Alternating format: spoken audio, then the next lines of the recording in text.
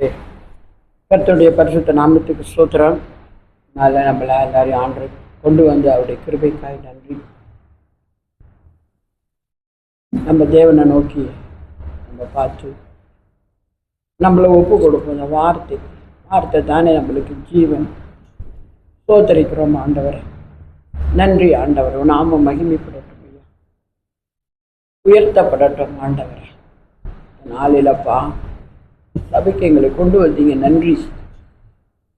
பெரியவர் நீங்க, எல்லா தீமைக்கும் பொல்லாப்புக்கும் பலவீனத்துக்கும் விலக்கி காக்கிறவர் நீ ஐயா.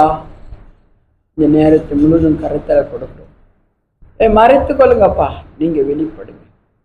இயேசுவின் வல்ல நாமத்தில் வேண்டி ஜெபிக்கிறோம் ஜீவனுள்ள நல்ல தகப்பனே. ஆமீன், ஆமீன், ஆமீன். Thank you Lord. சரி, இன்னைக்கு நம்ம ஜோவேல் புத்தகத்துல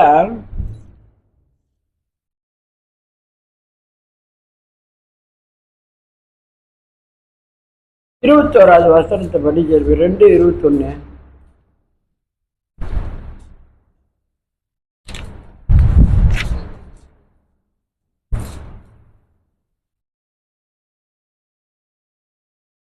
தேசமே பயப்படாதே, மகிழ்ந்து களிக்கூறு, கர்த்தர் பெரிய காரியங்களை செய்வார். ஆமேன், ஆமேன், ஆமேன்.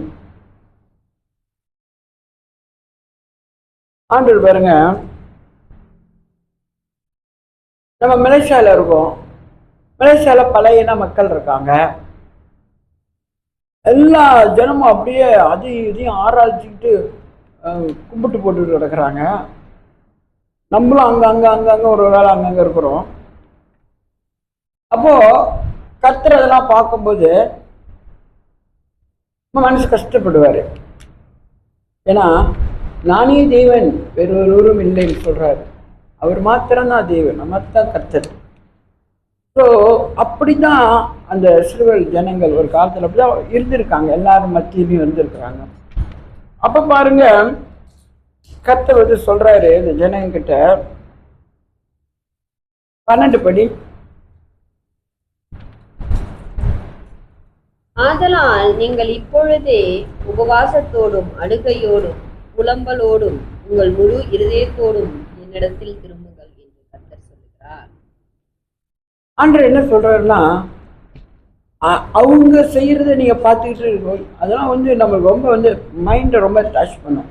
அவங்க என்ன செய்யறாங்க, எப்படி செய்யறாங்க, எப்படி வணங்குறாங்க, எங்க போறாங்க, எங்க வராங்க, இப்படிலாம் நம்ம உன்னுக்கு அதை கவனிச்சுட்டு இருக்கனால நம்ம தேவனுடைய செயலை நம்ம மறந்துடுறோம். அவருக்கு அந்த நெருக்கங்களை நம்ம மறந்துடுறோம். இப்போ ஆண்டவர் சொல்றாரு, இதை பாருங்க, நீங்க வந்து என்ன செய்யுங்க, நீங்கள் இப்பொழுது உபவாசத்தோடு அழுகையோடும் புல்லம்பலோடும் உங்கள் முழு இருதயத்தோடும் என்னிடத்துல திரும்புங்கள் என்று கர்த்தர் சொல்லுகிறார். என்னிடத்துல திரும்புங்கள்.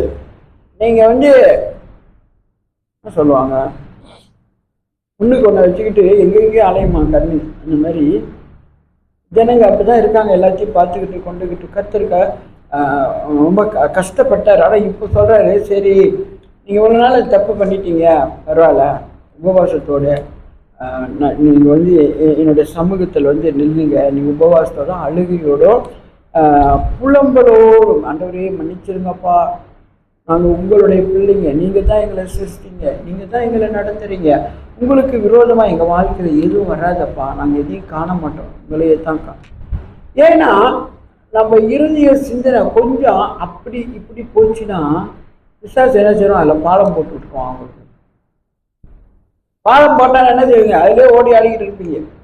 ஏதோ கடல் அப்புறம் பார்த்தா அங்கே தான் சிந்தனை எல்லாம் ஓடிட்டு இருக்கும். அதனால தான் ஆண்டவர் சொல்றாரு, உபவாசத்தோடும் அழுகையோடும் என்ன சொல்றாரு, புலம்பலோடும் நீங்க என்ன தேடுங்க, முழு இதயத்தோடு என்னிடத்துல திரும்புங்கள், நான் உங்களுக்கு என்ன செய்வாராம். ஆண்டவர் ரொம்ப நல்லவருங்க. அவரை தேடுகிறவர்களுக்கு அவர் உண்மையா இருப்பார். அவர் ரொம்ப ரொம்ப நல்லவர். யார் நம்மளை கைவிட்டாலும் அவர் கைவிடவே மாட்டார். யார் நம்மளை மறந்து போனாலும் அவர் நம்மளை மறக்கவே மாட்டார். நல்லவர். பாருங்க சொல்றாரு 21 இப்படிலாம் நீங்க செஞ்சுட்டு வரும்போது அவர் சொல்றாரு, தேசமே பயப்படாத, மகிழ்ந்து களிக்கூறு, கர்த்தர் பெரிய காரியங்களை செய்வார்.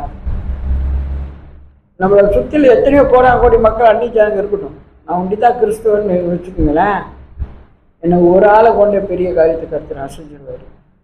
ஆனால் நம்ம அவரை விட்டுப்பட்டு இதுகளெல்லாம் தேடி பத்துக்கிட்டு எல்லாம் பண்ணிக்கிட்டு கிடக்கிறதுனால அவர் நம்மளை கூட ஒன்றும் செய்ய முடியாமல் அப்படியே இப்போ பேசாமல் இருக்கார். அவர் இப்போ சொல்கிறார், மனம் திரும்புங்க, உபவாசத்தோடும் அழுகையோடும்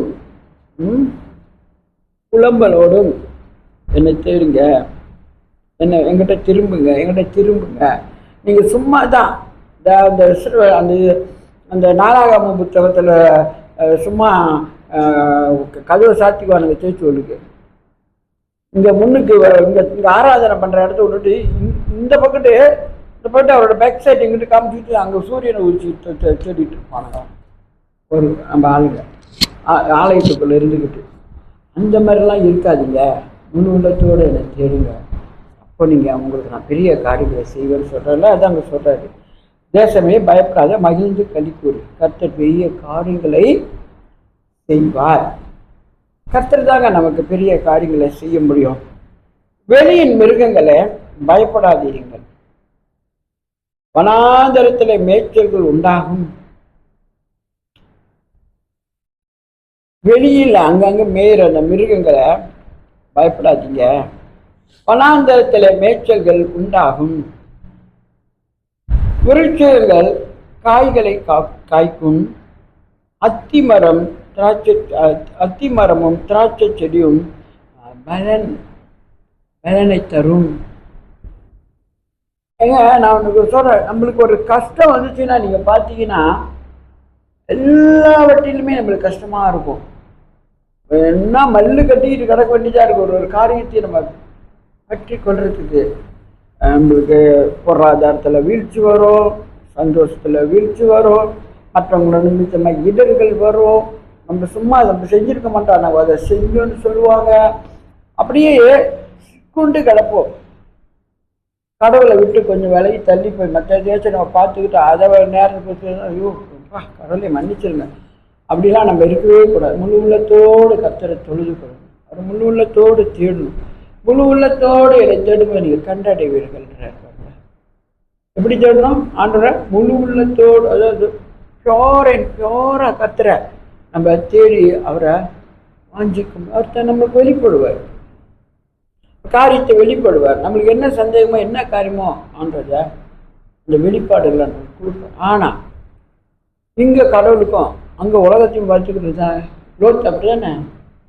லோத் எங்கே போனால் செழிப்பாக இருக்குன்னு ஏதோ குமாராக்கு போனோம். இங்கே ஜாபராம் இருக்க வரைக்கும் ஒழுங்காக இருந்தோம். அங்கே போயிட்டு கடவுளை சரியாக தொழுது கொள்றதில்ல. அங்கே சேதம் குமாராவை பார்த்துக்கிட்டு இருந்தார். கொட்டாரா ஒரு போன எல்லாம் அழிவுன்னு. ஆனாலும் ஆபிரகாம் தப்பு வச்சார் அந்த லோத்து கொடுத்தது. ஆனால் நம்ம வாழ்க்கை அப்படி இருக்கக்கூடாது. ஆண்டு நம்மளுக்கு எச்சரித்து சொல்கிறாரு, சரி தேசமே பயப்படாத, மகிழ்ந்து களிக்கூறு, மற்ற பெரிய காரியங்களை செய்தார். வெளியின் மிருகங்களை பயப்படாதீங்கள், வனாந்தரத்திலே மேய்ச்சல்கள் உண்டாகும், விருட்சங்கள் காய்களை காய்க்கும், அத்தி மரமும் திராட்சை செடியும் பலன் தரும். அந்த நம்ம ஏதாச்சும் மரங்கள் நட்டு வைத்தா அது கூட பலன் கொடுக்காதுங்க.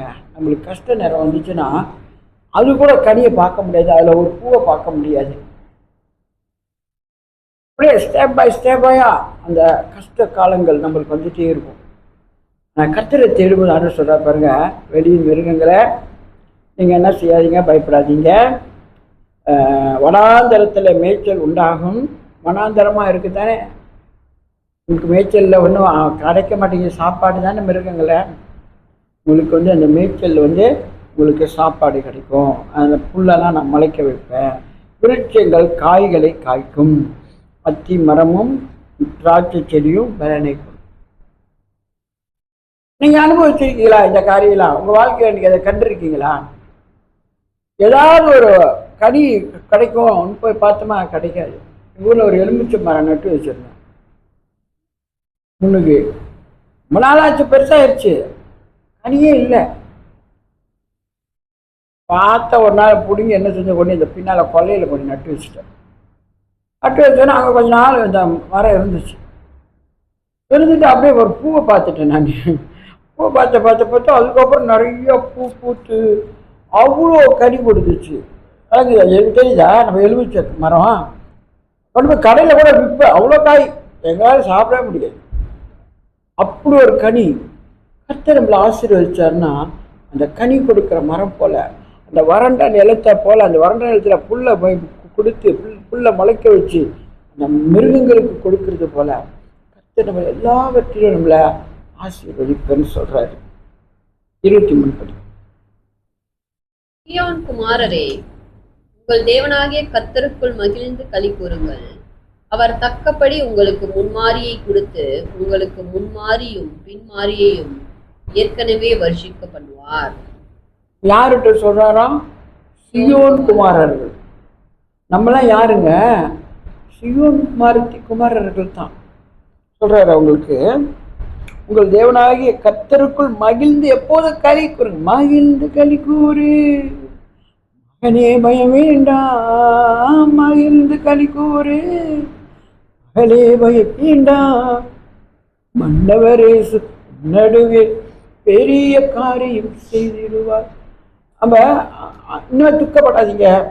இந்த மனம் திரும்பிட்டீங்களே, முதல் காரியத்தை செய்யாதபடி இதில் மனம் திரும்பி சந்தோஷமா களி கூறுங்கள். இனிமே உங்களுக்கு அந்த பாடு, அந்த கஷ்டம், அந்த நஷ்டம், அந்த இழப்புகள் அது வராதபடி நான் இனிமே உங்களோட இருந்து நடத்துவேன் அப்படின்னு சொல்றாரு. அப்படின்னு சொல்றாரு. உங்கள் தேவனாகிய கர்த்தருக்குள் மகிழ்ந்து களி கூறுங்கள். அவர் தக்கபடி உங்களுக்கு முன்மாரியை கொடுத்து உங்களுக்கு முன்மாரியும் பின்மாரியும் ஏற்கனவே வருஷிக்க பண்ணுவார். முன்மாரியும் பின்மாரியும் உங்களுக்கு ஒரு வருஷிக்க பண்ணுவார். சில காலம் பார்த்தீங்களா, மழை பெய்யவே பெய்யாது. நாட வெயில் வெயில் வெயில் வெயில் நம்மளுக்கா சூடே தாங்க முடியாது. ஐயோ அப்பா, எத்தனை ஃபேன் வந்தால் கூட நமக்கு இந்த ஹாட் அப்படி இருக்கும். சில காலம் பார்த்தீங்கன்னா மழை அடிச்சுட்டே இருக்கும், வெயிலே பார்க்கவே முடியாது. ஆனால் ஆண்டவர் நம்மளை ஆசிரியர் முன்மாரியும் இருக்கும் பின்மாரியும் இருக்கும். நான் உங்களை எந்த குறை இல்லாமல் நான் உங்களை நடத்துவேன். முதல்ல என்ன சொன்னார்? உபவாசத்தோடும் அழுகையோடும் புலம்பலோடும் நீங்கள் என்னிடத்துல திரும்புங்கள். செஞ்ச தப்புக்கு ஆண்டவர் நல்லவர். ஆனால் அவர் உங்களுக்கு வழியை காட்டிட்டார். இந்த வேதத்தில் இப்படிதான் நடக்கணும், இதுதான் செய்யணும், இது செய்யக்கூடாது. நீதிமொழியில் பார்த்தீங்கன்னா எல்லாமே இருக்கும். அப்போது நீ கர்த்தர் செய்யக்கூடாதுன்னு சொன்னதை போய் நீ செஞ்சு நான் கீழ்ப்படியாமை தானே. அந்த கீழ்ப்படியாமை நிமித்தமாக கர்த்தருக்கு அவன் மேலே என்ன வரும்? கோவம் கொஞ்சம் வரும். கோவம் வந்தான்னு விட்டுட்டு அவர் ஒதுங்கிடுவார். அப்போ பார்த்தீங்கன்னா நம்மளோட வாழ்க்கை ரொம்ப கடினமாகி போயிடும்.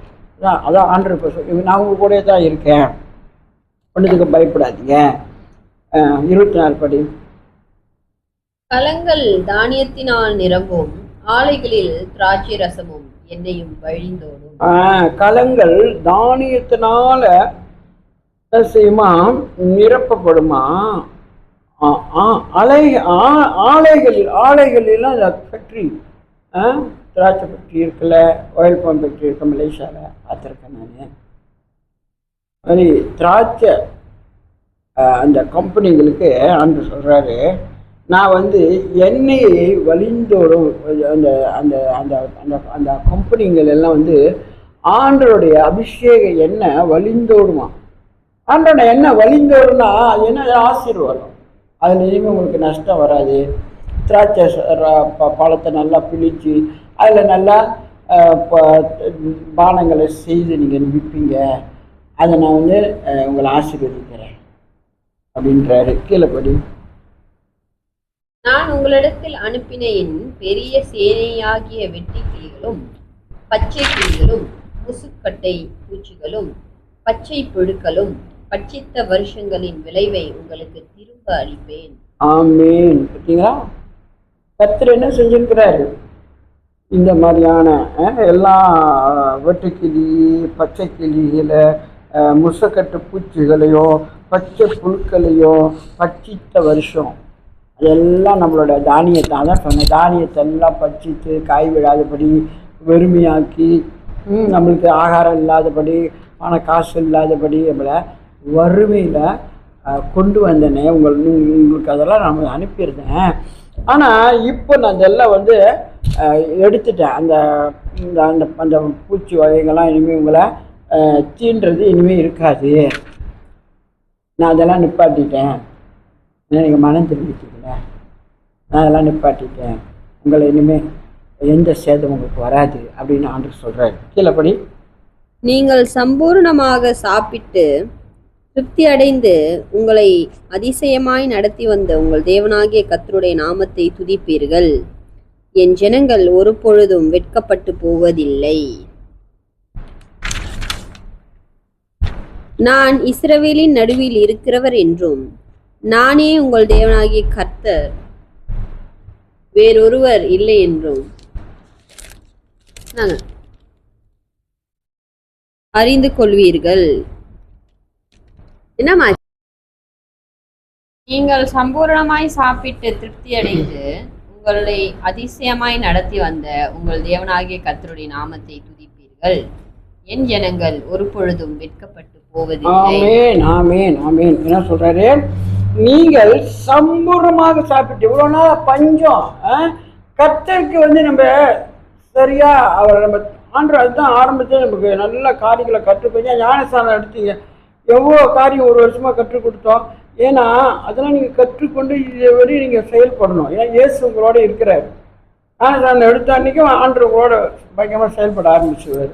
அப்போது அவர் நம்ம கூட இருக்கும்போது நம்ம போய் கண்டதையும் தொட்டுட்டு வந்தால் அது அவருக்கு பிரியமாக இருக்காது.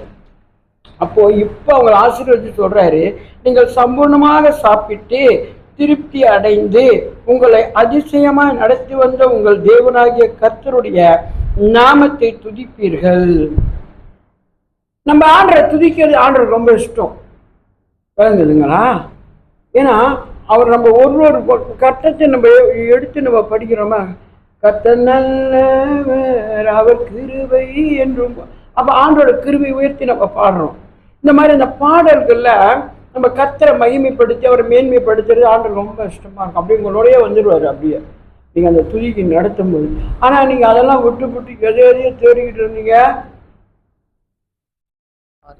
சாரி தான். அப்புறம் அப்போ என் ஜனங்கள் ஒரு பொழுது வெட்கப்பட்டு போவதில்லை என்றார். பாருங்களேன், நம்ம எனக்கு நிறைய அனுபவங்கள் இருக்கு. அது எல்லாரும் நான் பார்த்துருக்கேன். நம்ம கொஞ்சம் வந்து இந்த கண் இப்படி கொஞ்சம் சைட்டில் கொண்டு போகணுமோ அந்த சைட்டுக்கு கண் போயிட்டே தான் இருக்கும். அப்போது நம்ம அப்படி போயிட்டு இருக்கும்போது இங்கே நம்ம கடவுள் கொடுக்குற அந்த நேரம் அந்த காலங்கள் நமக்கு என்னது குறைஞ்சி போகுது. அப்போ கர்த்தருக்கு நம்ம மேலே என்ன மாதிரி இருக்கும்?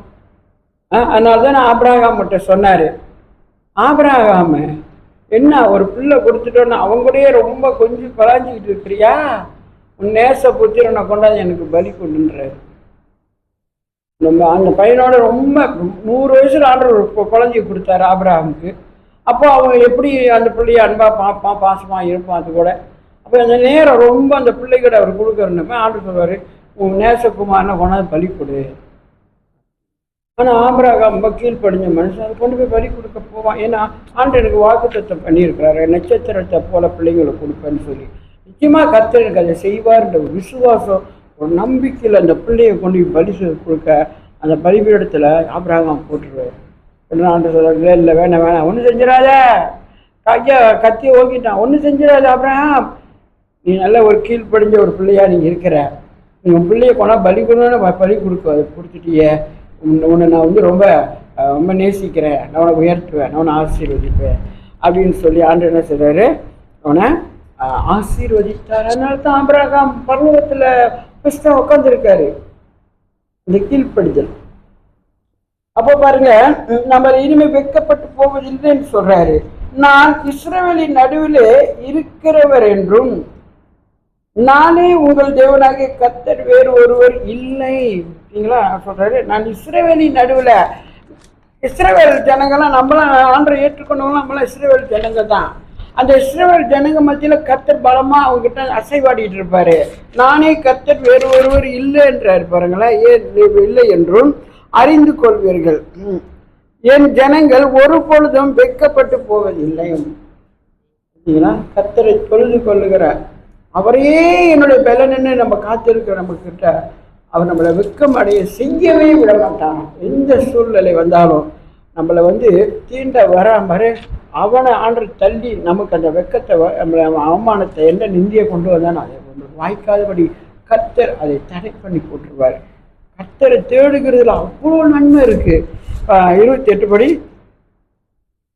அதற்கு பின்பு நான் மாம்சமான யாவர் மேலும் என் ஆவியை ஊற்றுவேன். அப்பொழுது உங்கள் குமாரரும் உங்கள் குமார்த்திகளும் தீர்க்க தரிசனம் சொல்வார்கள்.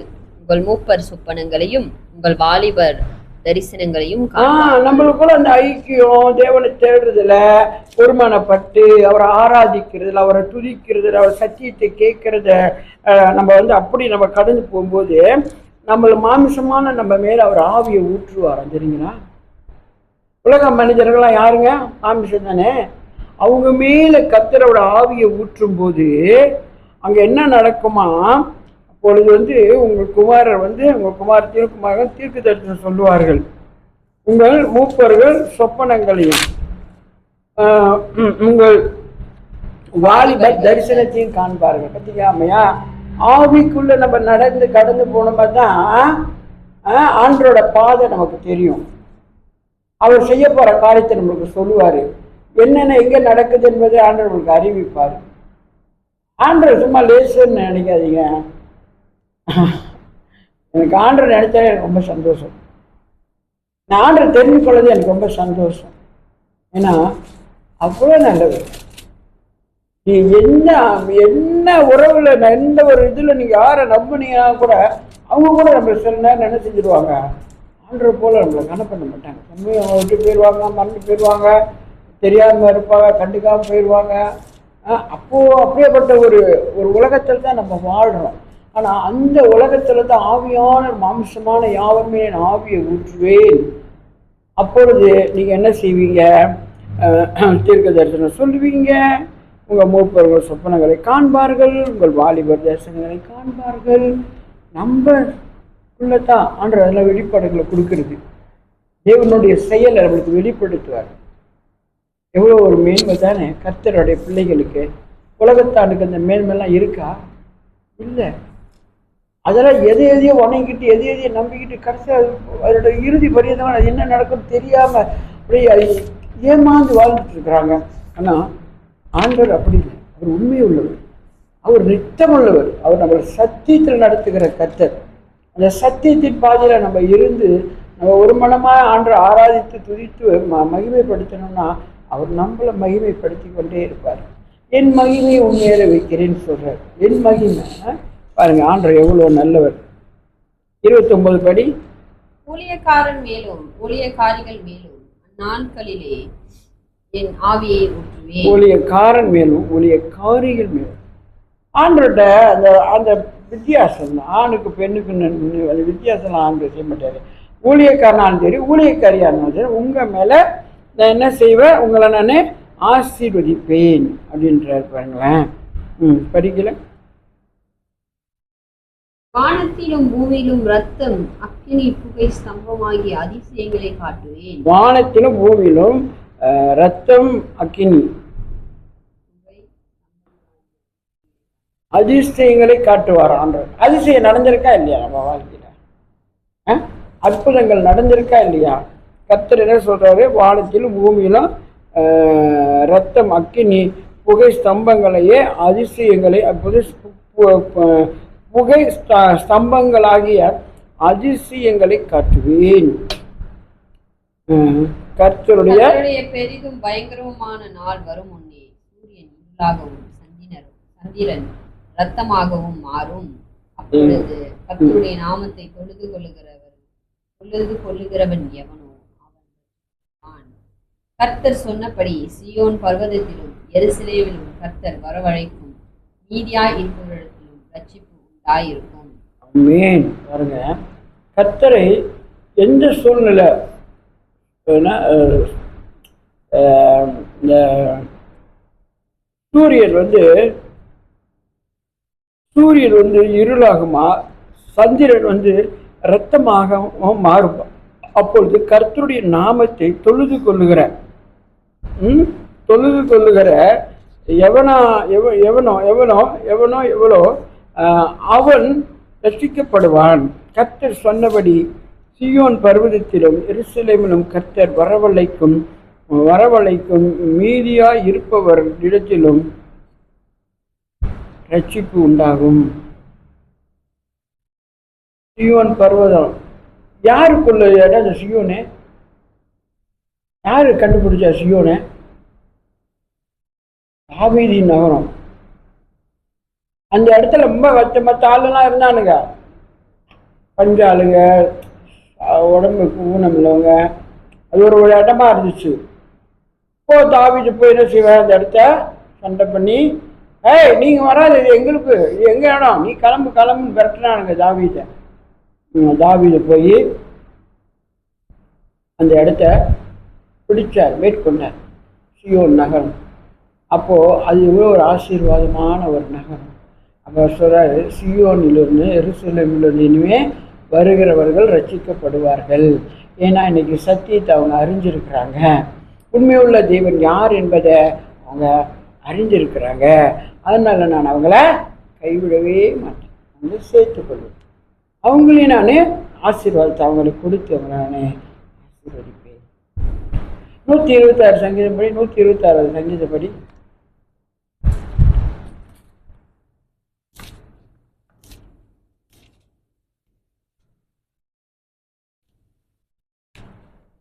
சீயோனின் சிறையிருப்பை கர்த்தர் திருப்பும் போது சொப்பனம் காண்கிறவர்கள் போல் இருந்தோம். அப்பொழுது நம்முடைய வாய் நகைப்பினாலும் நம்முடைய நாவு ஆனந்த சத்தத்தினாலும் நிறைந்திருந்தது.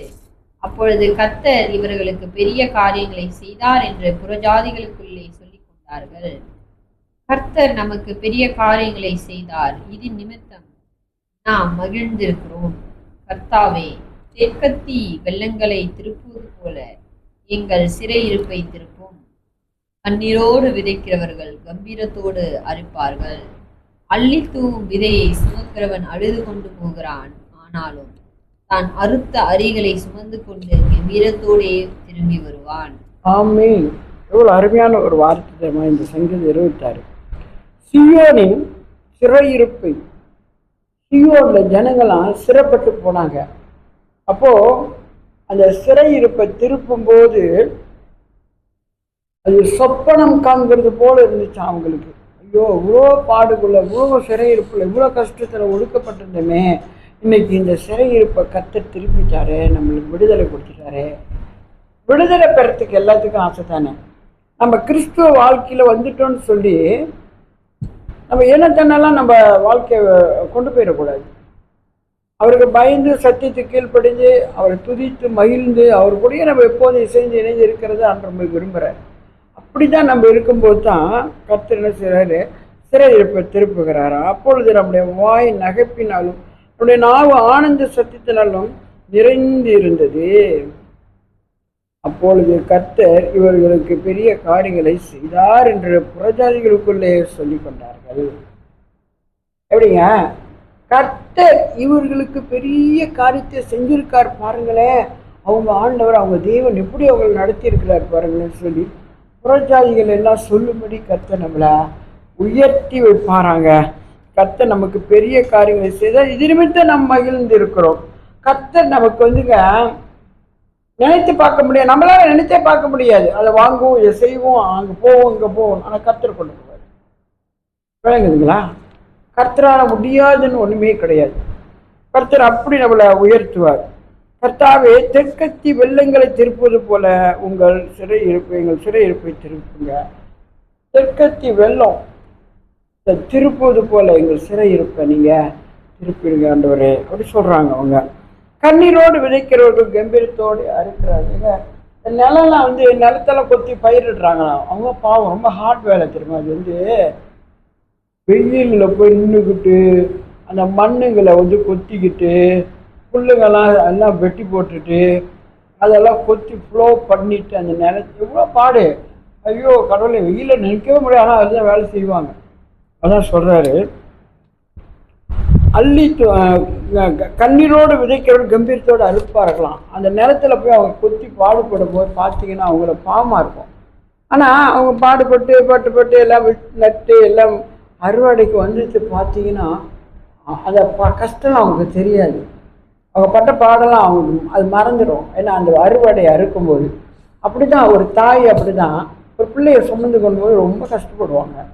வயிற்றில் சுமந்துக்கிட்டு எங்கே போனாலும் வந்தாலும் படுக்கிறது கொள்வது வேலை செய்கிறது எல்லாத்தையும் அந்த தாய்க்கு ரொம்ப சிரமமாக தான் இருக்கும். ஐயோ எப்படா பெற்று எடுக்கிறதுன்னு இருப்பாங்க.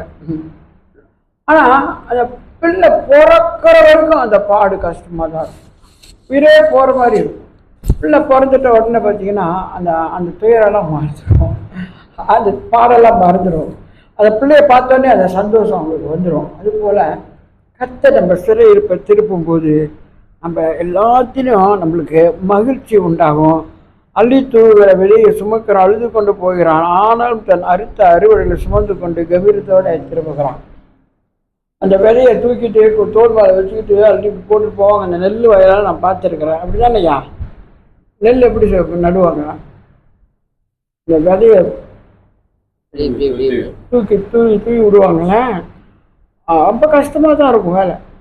அப்போ அது ஒன்று முளைஞ்சி வரணும், இதுக்கெல்லாம் கவனிக்கணும், அதெல்லாம் கவனிக்கணும். கவனித்து அது செய்ய வேண்டியதெல்லாம் இதை செஞ்சு அது இப்போ கதிர் விடுற வரைக்கும் அதுக்கு பொறுப்பாக பார்த்து கதிர் விட்டு அறுக்கிற டைம் தான் பொங்கலா, அதான் பொங்கலை. ஸோ அது ஒரு சந்தோஷம் அவங்களுக்கு, அவங்களுக்கு ஒரு பலன் கிடைக்கிற நாள். அதுபோல் நம்ம வாழ்க்கையில் சில நேரத்தில் நம்ம தப்பு பண்ணியிருப்போம், தவறு பண்ணியிருப்போம். ஆண்டு நம்ம சில நேரத்தில் நம்மளுடைய வச்சிருப்பார். ஆனால் ஆண்டுட்டு நம்ம மனம் திரும்பி ஆண்டுதான் எனக்கு எல்லாமே அப்படின்னு நம்ம நிற்கும் போது ஆண்டு நமக்காக என்ன செய்வார்? அவர் மனம் இறங்கி நம்மளை தொடர்ந்து நம்மளை ஆசீர்வதித்து மென்மேலும் உயர்த்துவாருங்க. நம்ம ஆண்டரை போல யாருமே இல்லை. அந்த ஆண்டரை நம்ம பற்றி கொண்டா போனாலும் எனக்கு ரொம்ப கஷ்டமாக இருக்கும். அவர் சுவிசேஷத்தை சொல்ல போவ அவங்கெல்லாம் ஏதோ ஒரு நோக்கத்துக்கு தான் சுவிசேஷத்தை கேட்குறாங்க. ஆனால் ஆண்டவர் முழு விடுதலை கொடுக்குறாரு. ஆவியும் ஆத்மாவும் சரீரத்துக்கு முழு விடுதலை கொடுத்து உண்ட ஒரு ஒரு ஒரு அவருடைய பங்கா அவருக்குள்ள ஒரு கலந்து வாழும்படியான ஒரு வாழ்க்கை வச்சுருக்காரு ஆண்டவரோட. ஆனால் இது தெரிய மாட்டேங்குது ரொம்ப பேருக்கு. ஆனால் இதை தெரிஞ்சு கொள்ளணும். நம்மளும் அவங்களுக்காக நம்ம ஜெபம் பண்ணுவோம். நம்ம கர்த்தருடைய பிள்ளைகளாக இருக்கிறது நம்ம கொடுத்து வச்சுருக்கோம். கர்த்தரை தெய்வமாய் கொண்டு ஜன பாக்கியம் உள்ளது அப்படின்னு பேச சொல்லுது. அது போல் நம்மளாம் பாக்கியவான்கள். கர்த்தர் இன்னைக்கு இந்த ஆசீர்வாதமான வார்த்தை இன்னைக்கு நம்மளுக்கு கொடுத்துருக்காரு. நம்ம சிறை இருப்புகளை கர்த்தர் திருப்பி நம்மளுக்கு நன்மைகளை கொண்டு வந்து நம்மளுடைய வாழ்க்கையில் ஆண்டவர் கொண்டு வர்றார். நல்லவரே உமக்கு நன்றி. சோத்தரிக்கிறோம் ஐயா, துதிக்கிறோம். நாமம் உயர்த்தப்படட்டும் ஐயா. கர்த்தாவே, பாடுகள் வழியில, கஷ்டத்தின் வழியில, நஷ்டத்தின் வழியில, வேதனைகள் மத்தியில, துயரத்துல கடந்து போன ஐயா ஒவ்வொரு பிள்ளைகளுக்கும் நீங்க என்னவரே நாளில் அந்த விடுதலையை நீங்க கொடுக்குறீங்க. நன்றி ஆவியானவரே. அப்பா, நீங்க அந்த சிறையிருப்பை திருப்பும் போது அது சொப்பனம் காண்கள் போல இருந்தோம் என்று இந்த ஜனங்க சொல்றாங்க. அப்படியே ஆண்டோட நாள், அந்த நல்ல நாள் வரும்போது அது நொடி பொழுதில் அதை எல்லாவற்றையும் நீக்கி எங்களை ஆசீர்வதிக்கிற தெய்வம் நாமம் மகிமை பண்ணட்டும் ஐயா. நாமத்தை நாங்கள் மேன்மைப்படுத்துகிறோம் ஐயா. நன்றி செலுத்துகிறோம். இயேசு கிறிஸ்துவின் வல்லவல்ல நாமத்தில் எங்களை தாழ்த்தி கரத்தில் ஒப்பு கொடுத்து ஜீவிக்கிறோம். ஜீவனுள்ள நல்ல தகப்பனே. ஆமீன், ஆமீன், ஆமீன். Thank you Lord.